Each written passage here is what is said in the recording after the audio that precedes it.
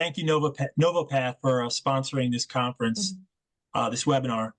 And to begin with, I want to begin with the fact that this is a final regulation.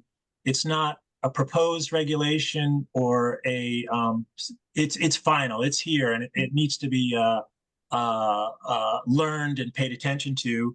If you're like most people, most lab people, you had grown over the past 10 or even 20 years, you've grown accustomed to the threat of FDA regulation of LDTs coming and going, and it never seemed to materialize.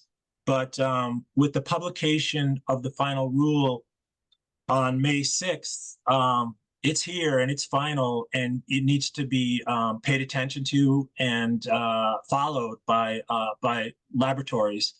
And so the key question, now that once again that it's final and there's no getting around that, is I believe the key question for most laboratories is going to be, or is, how do I keep my existing LDTs on the market? How do I keep the LDTs that I've been offering for years and years and years? What do I need to do to follow the new FDA final rule and keep in compliance and keep my LDTs on the market?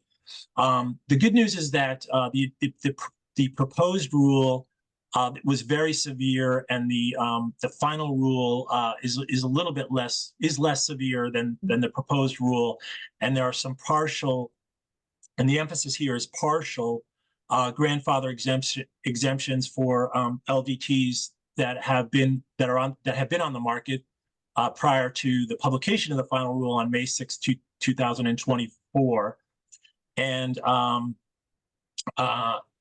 want to emphasize that the final rule includes anatomic pathology LDTs, including non-manual IHC staining.